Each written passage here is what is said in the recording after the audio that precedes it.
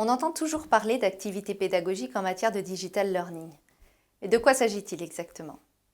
Il s'agit des activités proposées aux apprenants, permettant d'interpeller, de sensibiliser, de mettre en application, de valider des acquis en formation.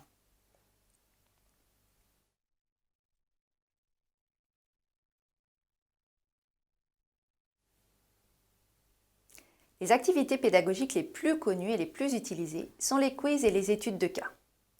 Cependant, les plateformes de formation permettent aujourd'hui d'exploiter des formats très intéressants, comme la fiche de cours enrichie, les apprenants peuvent co-construire en ligne une fiche, le document multimédia, un diaporama par exemple, les réponses ouvertes, qui sont des contributions à apporter par les apprenants sur une question ou une problématique définie. Les activités pédagogiques peuvent être utilisées de manière synchrone. Participation à l'activité et production des résultats se font au cours de la même formation. Par exemple, un quiz dont les résultats sont dépouillés immédiatement pour alimenter le discours du formateur. Les activités pédagogiques peuvent aussi être utilisées de manière asynchrone. L'apprenant y participe durant la formation, mais le traitement des résultats se produit post-formation. Le partage des résultats a posteriori est aussi une manière de garder du lien en dehors des formations présentielles. C'est la magie du digital.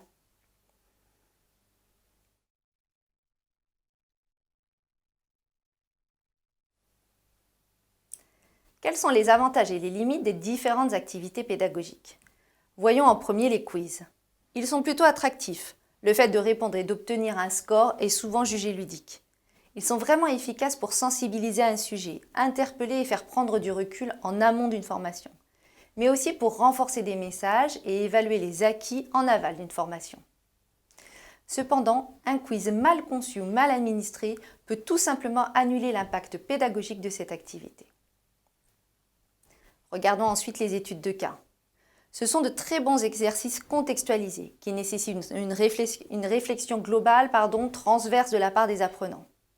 De plus, ils doivent produire des réponses complètes comme des recommandations de plan d'action, des analyses de situation. Les études de cas sollicitent donc les compétences d'analyse et de structuration de pensée. L'étude de cas peut être travaillée en solo comme en groupe, ce qui permet de favoriser le travail collectif. Pour autant, une étude de cas fait souvent l'objet de nombreuses questions. Précision demandée au formateur quant au libellé, nécessité d'échanger régulièrement lorsque l'étude de cas est travaillée en groupe, etc. Tout cela signifie que les moyens d'échange doivent être efficients entre pairs et avec le formateur. Enfin, intéressons-nous aux activités collaboratives comme la fiche enrichie. Le fait de produire de manière collaborative présente deux avantages. L'engagement des participants est plus élevé. Leur contribution est notifiée et fait l'objet de compléments de questions, d'ajustements de la part du formateur et des autres participants, ce qui est stimulant. Ces activités mobilisent l'intelligence collective. C'est peut-être parfois plus lent et fastidieux, mais comme dit l'expression populaire, seul on va plus vite, ensemble on va plus loin. Mais quelles sont les limites des activités collaboratives? Bien souvent, le temps et la crédibilité. En effet, il faut une échéance au travail collaboratif, c'est-à-dire une date limite.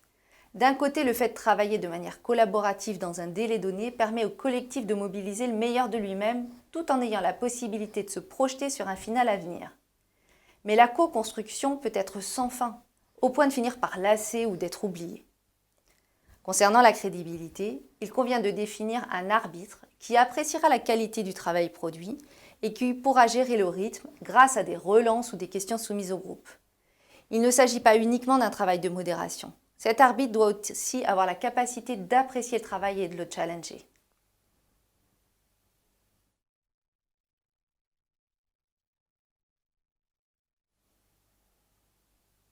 Le choix de l'activité pédagogique se fait en fonction de l'objectif visé. Le quiz permet de sensibiliser, d'interpeller ou d'évaluer des acquis. L'étude de cas permet aux participants de s'entraîner à la mise en œuvre des méthodes, outils ou process de manière contextualisée. La production de supports collaboratifs permet de capitaliser sur les savoirs et retours d'expérience de chacun.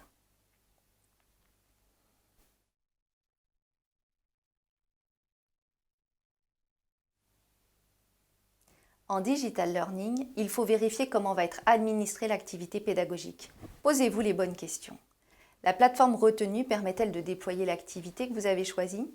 Comment les participants vont-ils avoir accès à l'activité et comment vont-ils saisir leurs réponses? Prenons un exemple.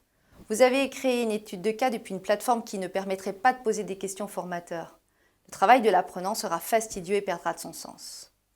Il est donc fortement conseillé de faire une version d'essai pour vérifier le bon fonctionnement de l'activité pédagogique.